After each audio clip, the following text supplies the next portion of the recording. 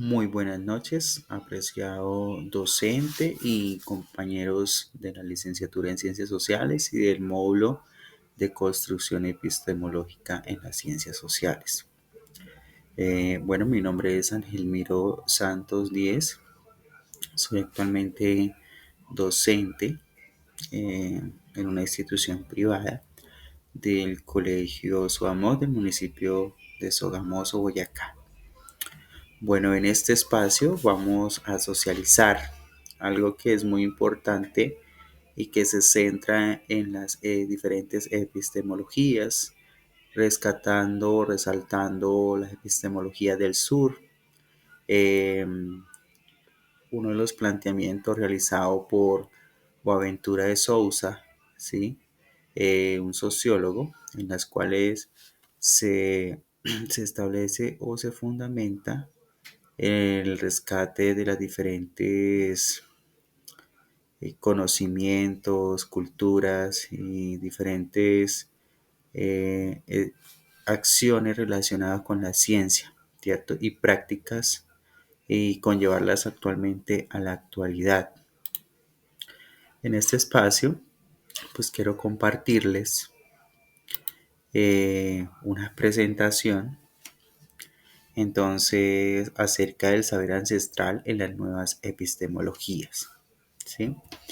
Entonces acá vamos a empezar, que son las epistemologías del sur. Vamos a empezar a definir. Bueno, ¿qué son las epistemologías del sur? Bueno, la epistemología del sur es un enfoque que surge como respuesta crítica al conocimiento producido en el norte global, las potencias coloniales y sus descendientes, el cual ha dominado históricamente las ciencias y el pensamiento en general. Esta epistemología busca valorar y recuperar los saberes, perspectivas y prácticas de conocimiento que han sido marginados, silenciados o subestimados por las estructuras coloniales y neoliberales. ¿De dónde definimos prácticamente la epistemología del sur? Tenemos al sociólogo de la Universidad de Yale, a Buenaventura de Sousa Santos. Entonces, la crítica de este modelo de racionalidad occidental comienza por llamarse la razón indolente, conformada por tres proyectos sociológicos. La sociología de las ausencias, que es expandir el presente, la sociología de las emergencias, que es contraer el futuro, y el trabajo de traducción. En este ámbito surge la epistemología del sur y su representante. Por lo tanto, es necesario proponer un modelo diferente de racionalidad con una crítica al modelo de racionalidad occidental dominante desde hace 2 siglos. La razón indolente o perezosa de Leibniz se refiere a que si el futuro es necesario y lo que tiene que suceder sucede de manera independiente de lo que hacemos, es preferiblemente no hacer nada o no cuidar de nada y gozar el placer del momento. Bueno, básicamente, ¿qué reflexiona las epistemologías del sur? Bueno, la epistemología del sur reflexionan sobre la realidad para ofrecer un diagnóstico crítico del presente que tiene como objetivo la posibilidad de reconstruir, formular y generar alternativas para una sociedad más justa y libre. ¿Cuáles son básicamente esas características? Bueno, encontramos la comprensión del mundo. Primero tenemos la comprensión del mundo, la diversidad del mundo que es infinita y la diversidad no puede ser monopolizada. Entonces debemos a través de la ciencia juega un papel muy importante, ¿sí? En los conocimientos empíricos, ¿cierto? También tenemos la diversidad del mundo. Eh, ¿Cómo se establece esas características y cuál es la reflexión con referente a la epistemología del sur? Se fundamenta prácticamente en empezar a impartir una igualdad, un cambio del actuar y un cambio del pensamiento, ¿sí? Y dentro del ámbito educativo podemos fundamentar o podemos hacer un ejemplo que pues anteriormente se consideraba dentro del modelo tradicional educativo, que era el único, que solamente el docente era el que tenía el conocimiento y que el estudiante era un receptor o una caja que prácticamente era para llenar conocimientos y que no tenía o no podía opinar con referente a su propio aprendizaje. Cosa contraria que, debido a los cuestionamientos, investigaciones, propuestas filosóficas de otros autores, ¿sí? Como la teoría de Ausubel en el aprendizaje significativo, las diferentes teorías como el conectivismo, el conductismo y otros, pues han conllevado que prácticamente no es así, sino que prácticamente el estudiante es el protagonista de su propio aprendizaje y que el docente es un instructor o acompañante de este proceso. Bueno, encontramos también las epistemologías del sur-sur. Bueno, la epistemología del sur-sur, en este enfoque se pone énfasis en los intercambios de conocimiento entre países y comunidades del sur global en lugar de centrarse exclusivamente en las relaciones con el norte. Este saber promueve una visión más horizontal y menos jerárquica del conocimiento, destacando los procesos de aprendizaje y construcción de saberes que surgen en contextos similares sin la imposición de modelos eurocéntricos. ¿Cuál es uno de los ejemplos de esto? Bueno, el conocimiento de campesino en Asia y América Latina, el movimiento por la soberanía alimentaria que promueve la producción local sostenible y justa de alimentos es un claro ejemplo de un enfoque epistemológico sur-sur. Países de América Latina como Ecuador y México han intercambiado conocimientos sobre agricultura orgánica y métodos de producción que respetaban la biodiversidad como con comunidades en países del sur de Asia como la India y Filipinas. Ese es prácticamente uno de los ejemplos, el intercambio como tal, por ejemplo, en los procesos de siembra, del manejo de cultivos, todo esto prácticamente. Encontramos otra de la epistemología prácticamente que se refiere al poscolonialismo. Bueno, la poscolonialidad supone preguntarse por la relación y las diferencias existentes entre los conceptos de colonialismo y colonialidad.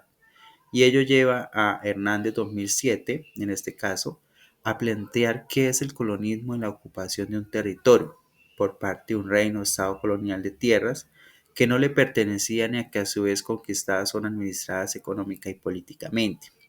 Mientras que la colonialidad no ha determinado, por ello se suele hablar de la poscolonialidad, pues esto se refiere a la dimensión cultural, a la herencia cultural del colonialismo, y se considera que es una dimensión simbólica que se constituye por el colonialismo y persiste después del mismo. ¿Cuál es la teoría postcolonial? Bueno, intenta organizar instrumentos críticos de análisis para producciones literarias anteriores y posteriores a la independencia del territorio como África. Emergen espacios literarios muy complejos de analizar por medio de la crítica europea tradicional. Independencia de territorios, nacen producciones complejas, otorga instrumentos de análisis crítico. Encontramos igualmente el decolonialismo. Bueno, el decolonialismo, para las teorías decoloniales, el hecho de la colonización y la continuación de la colonialidad muestra la degradación misma de aquellos que civilizan porque guían sus prácticas y teorías hacia la codicia y el odio racial, lo que relativiza su moral y por ello parecen una actividad de descivilización de ellos mismos. Ante semejante irracionalidad, el llamado a la decolonialidad debe darse en sentido de respuesta crítica a la colonización y una postura propositiva a la deconstrucción epistémica, eurocéntrica y hegemonógica que solo se logra siguiendo la Amignolo, mediante un pensamiento que ejerza desobediencia tanto en lo político como en lo epistemológico. Encontramos igualmente a Marx dentro de la teoría de qué es el postmarxismo. Bueno, el postmarxismo es una corriente teórica y filosófica que emerge como una reinterpretación y una crítica al marxismo clásico, especialmente a sus aspectos más rígidos y deterministas como el materialismo histórico y la concepción de la lucha de clases como el motor principal de la historia. El postmarxismo no rechaza por completo las ideas marxistas, sino que busca adaptarlas a los nuevos contextos históricos, sociales y políticos y reconoce la necesidad de una visión más compleja y pluralista de las relaciones de poder y la construcción de la sociedad. Bueno, en este espacio dentro del postmarxismo encontramos también lo que es la segregación. Encontramos la segregación social por las diferentes clases sociales, los diferentes niveles, como se ha establecido a través del enfoque cultural, todo lo relacionado con la parte de la segregación, ¿sí? Entonces es como una básicamente de las teorías del postmarxismo. Eh, bueno, el postmarxismo, pues también en otro concepto, se aleja de algunas ideas del marxismo clásico, pero mantiene una crítica a las estructuras de poder y la explotación. En el contexto educativo, el postmarxismo puede ofrecer herramientas para analizar cómo las estructuras de poder y las relaciones de clase influyen en los procesos de enseñanza y aprendizaje. Además, aboga por una educación que transforme las condiciones sociales y económicas de los estudiantes, promoviendo una conciencia crítica sobre las desigualdades sociales y económicas. Enseñar en las aulas de clase cómo están conformadas las diferentes sociedades, los diferentes poderes económicos, los diferentes poderes administrativos, ¿sí? Bueno, en relación con lo que se venía trabajando desde la actividad 2 y 4, en relación con la temática actual, pues vemos cómo se implica esta misma en relación con la violencia escolar. Bueno, crítica al modelo educativo eurocéntrico y sus consecuencias. Las epistemologías del sur critican los modelos educativos eurocéntricos que se han impuesto a lo largo de la historia en muchas regiones del sur global.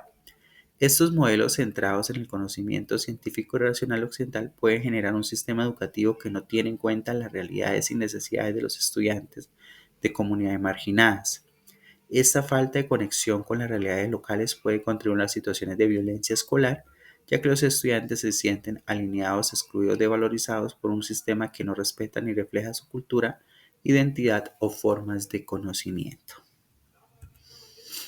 Bueno, pues aquí tenemos igualmente una de las referencias que hemos trabajado dentro de esta presentación en relación con las diferentes epistemologías, en relación con prácticamente la violencia escolar, las actividades que veníamos trabajando, pues considerar prácticamente que el modelo educativo eurocéntrico y la implicación dentro de una sociedad prácticamente desigual, pues conlleva a factores negativos también que influyen y saltan a la escuela y las diferentes aulas de clase, ¿sí? Entonces, la violencia que se refleja dentro del ámbito social, pues salta, perdona la redundancia, dentro de las instituciones, conllevando a hechos de agresiones entre estudiantes. Bueno, apreciados compañeros y docente, pues esta fue mi presentación. Espero que sea de todo el agrado y realmente pues muy importante en relación a la temática, muy interesante, la consulta y todo lo relacionado con las epistemologías del sur. Realmente muchas gracias.